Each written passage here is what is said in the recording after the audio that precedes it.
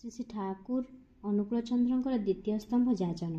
ଏହାର ଅର୍ଥ ହେଉଛି ଗୁରୁଙ୍କର ମହାନ ଚିନ୍ତାଧାରା ଓ ସତ୍ଶିକ୍ଷାକୁ ସମାଜରେ ବିସ୍ତାର କରିବା, ଅନ୍ୟମାନଙ୍କୁ ସତ୍ପଥରେ ଚାଲିବା ପାଇଁ ଅନୁପ୍ରାଣିତ କରିବା, ସେମାନଙ୍କ ଦୁଃଖ କଷ୍ଟ ଦୂର କରିବାରେ ସାହାଯ୍ୟ କରିବା ଏବଂ ସମାଜରେ ଶାନ୍ତି ପ୍ରତିଷ୍ଠା ପାଇଁ କାମ କରିବା।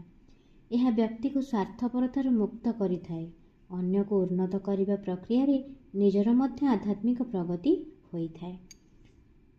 ପୁରାଣର ଗୋଟିଏ କାହାଣୀ କହିବି, ଯାହାକି ଠାକୁରଙ୍କର ଏହି ଯାଜନ ସ୍ତମ୍ଭ ସହିତ ଜଡ଼ିତ। ପୁରାଣ ସମୟରେ ରତ୍ନାକର ଜଣେ ବ୍ୟାଧ ଥିଲେ। ସେ ଜଙ୍ଗଲ ଦେଇ ଯାଉଥିବା ଲୋକଙ୍କୁ ଲୁଟପାଟ କରୁଥିଲେ ଏବଂ ବିରୋଧ କଲେ ହତ୍ୟା ମଧ୍ୟ କରୁଥିଲେ। ଏହି ପାପ କର୍ମ ଦ୍ୱାରା ସେ ନିଜ ପରିବାରର ପ୍ରତିପୋଷଣ କରୁଥିଲେ। ଦିନେ ଦେବର୍ଷି ନାରଦ ସେହି ଜଙ୍ଗଲ ଦେଇ ନାମ କୀର୍ତ୍ତନ କରି ଯାଉଥିଲେ। ରତ୍ନାକର ତାଙ୍କୁ ଅଟକାଇଲା ଏବଂ ତାଙ୍କ ପାଖରେ ଥିବା ସବୁକିଛି ଲୁଟିବାକୁ ଚେଷ୍ଟା କଲା। କିନ୍ତୁ ସେଠାରେ ନାରଦ ରତ୍ନାକରକୁ ଦେଖି ଭୟଭୀତ ହେଲେ ନାହିଁ, କାରଣ ସେ ସ୍ୱୟଂ ଜଣେ ମହାନ ସାଧକ ଥିଲେ। ତାଙ୍କ ଭିତରେ ଯଜନ ଥିଲା, ମାନେ ନାମର ବଳ ଥିଲା। ତେଣୁ ସେଠି ଶାନ୍ତ ଏବଂ ଦୟାଳୁ ସ୍ୱରରେ ଦେବର୍ଷି ନାରଦ ରତ୍ନାକରଙ୍କୁ କହିଲେ ଯେ, ଭାଇ, ତୁମେ ଯେଉଁ ପାପ କରୁଛ, ସେ ପାପରେ ତୁମ ପରିବାର ଭାଗିଦାର ହେବେ କି? ସେ ସଙ୍ଗେ ସଙ୍ଗେ ନିଜେ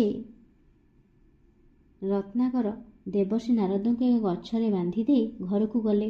ତାଙ୍କ ସ୍ତ୍ରୀ ପିଲାଙ୍କ ପାଇଁ ପଚାରିଲେ, ମୁଁ ଯେଉଁ ପାପ କର୍ମ କରୁଛି, ତୁମେ ସେଥିରେ ସବୁ ପ୍ରତିପୋଷଣ ହେଉଛ, ଆଉ ମୋର ପାପରେ ତୁମେମାନେ ଭାଗି ହେବ କି?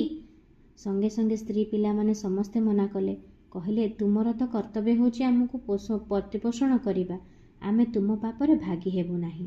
ତେଣୁ ରତ୍ନାକରଙ୍କର ଆଖି ସେଇଠାରେ ହିଁ ଖୋଲିଗଲା। ଦୌଡ଼ି ଦୌଡ଼ି ଆସି ନାରଦଙ୍କୁ ପ୍ରଣାମ କରି କାନ୍ଦିବାକୁ ଲାଗିଲେ।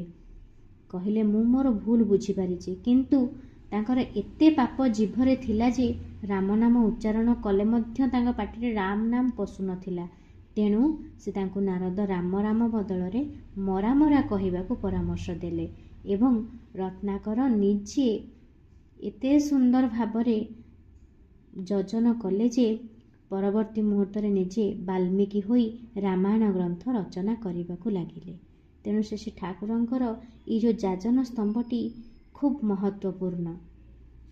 ଆମେ ନିଜେ ଶାନ୍ତିରେ ରହିବା, ଅନ୍ୟକୁ କିପରି ଭାବରେ ଆମ ଦ୍ୱାରା ତାର ଖରାପ କର୍ମରୁ ତାକୁ ଆମେ ଅନ୍ୟ ମଣିଷକୁ ନିବୃତ୍ତ କରିବା ଏବଂ ତାକୁ ପ୍ରେରଣା ଦେଇ ତାକୁ ସଜାଡ଼ିବା, ସେଇଆ ହିଁ ଦର୍ଶାଇଥାଏ।